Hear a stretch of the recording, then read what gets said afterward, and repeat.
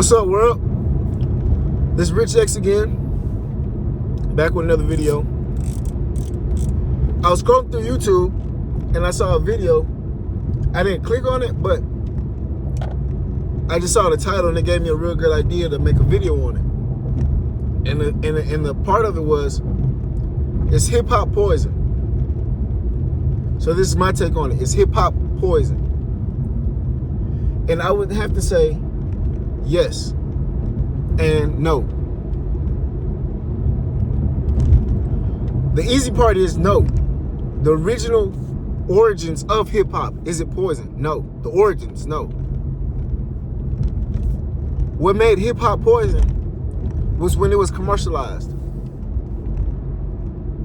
Was when the man knew or figured out that the music we were making was influential.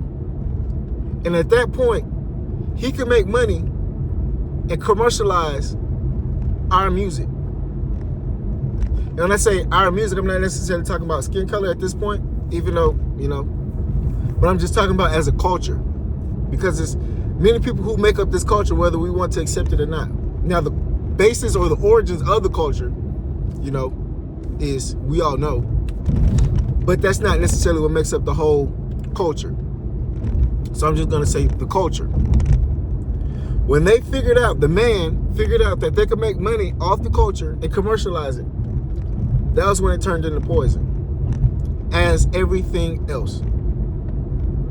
When everything gets mass-produced, as music is mass-produced, when things become mass-produced and commercialized and gets in the hand of the man, that's when it turns into poison. When they figured that the positive music or the positivity that came from hip hop and the origins and how influential it was, they saw how influential it was, and guess what? They saw it was dangerous. They saw how everybody gravitated towards it. How everybody, and not just listen to the music, the hairstyles, the clothes, the lingo, the way of life. They saw people gravitated toward it and absorbed it like a sponge. And they said, hey, we could make some money off this, and also that's dangerous. Because hip hop, in my eyes, in its origins, goes back to like blues, and blues origins will go back to what? Negro spirituals. So in a sense, hip hop is an offset of Negro spirituals.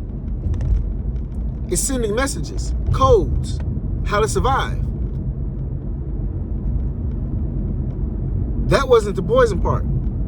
But to the man, it's poison. Why? Because it messes up their system. But let me get back to the topic.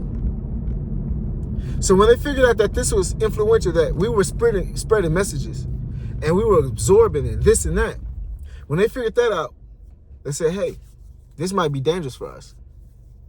So how can we turn it? And like everything else, when we don't have a good hold on what we're doing and we're not ensuring that it's organized and we're making proper money off of it and proper structure off of it, guess what? It allows for somebody else to come in and do that for us. And that's exactly what happened. Somebody came in and did it for us. They had the labels, the distribution, the this, the that, the this, the that. And they knew now, since we have the structure, we can invite these artists in, pay them to spread a message that may not be so positive. And now that distracts us as a people. And we can also get them to now buy into our programming and buy into our products. Let me break that down. The original hip hop was positive, spreading positive messages about how to live life, be aware of the government, all positive things. Not 100% positive, but majority of it was a positive message. And if it wasn't a positive message, it was fun.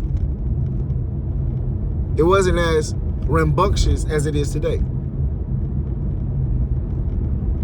Now, when they seen that we were cleaning up our image and being more positive, that was dangerous. to the man, to the system. So what happens now?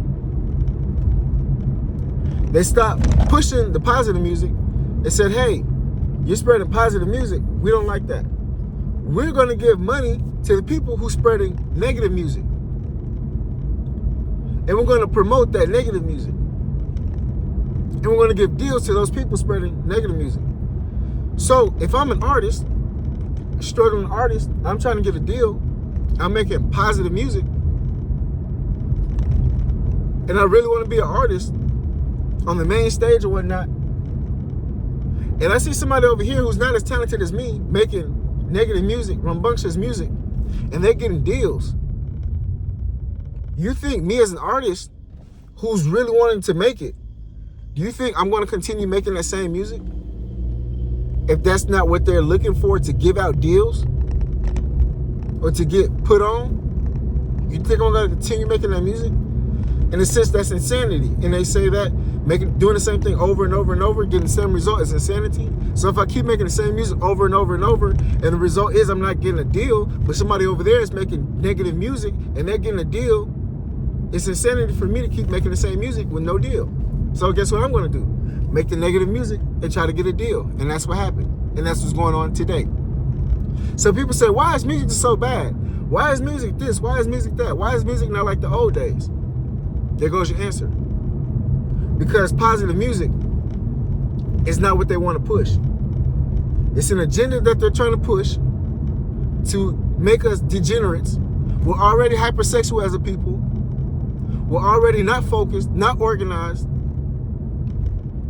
So that just continues to add more gasoline to the fire. Right there.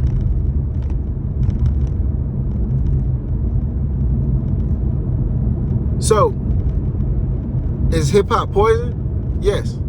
The origins of it? No. When you make anything and tie it to money, it has the possibility of being negative. It has the possibility of being bad. That's just life. So how do we go about it? How do we fix it? Simple. Stop supporting negative music. Stop supporting it. Now, a lot of it can be fun. Yes, I get it. I'm not saying that I 100% listen to positive music. But we need to, the majority of the time, we need to stop supporting it. We need to support real music. Positive, influential music. And on top of that, we need to educate our kids and the youth into them knowing that this music is entertainment. See, I see it like this. Like when we used to watch wrestling back in the day, I'm 30. So back in the day is like when I was like 10, right? 20 years ago. That's why I said back in the day. When I used to watch wrestling back in the day, right? When wrestling first came on, guess what happened? It said, this is for entertainment. Boom. Don't try this at home. That's exactly what needs to happen in rap music today. As soon as you pop in that CD, or it's right next to the parental advisory on the CD, or the mixtape, or whatever the case may be, it needs to have, boom, this is for entertainment. So now we can properly know that what these artists are spitting is proper entertainment and not real life. So we can know how to live our life. On top of that, we need positive leaders. We need positive role models. And not looking up to artists, because we have to understand that these are artists, not our leaders. Now, is it possible for an artist to be a leader? Yes, but just because you're an artist does not give you the right to be a leader. It does not give you the right to be the public figure for the people, to speak for us. Hence, when Joe Biden got Cardi B to speak on our issues of our community. I personally do not feel like Cardi B is a proper figure to speak for us as a whole in our community just because she's a hip hop head or just because she's a music artist. Now you see how they have us? They feel like our biggest person that can speak for us, our biggest representative, is a music artist. That's how much they have us screwed up as a community. So, is hip hop poison? I would say yes. Due to the commercialization and the message that's being spread because of how influential it could be. So something as influential as that can also be as positive. And that's dangerous. That's why I think they did what they did. Comment below if you want to talk about it more. Y'all be safe. Love and blessings.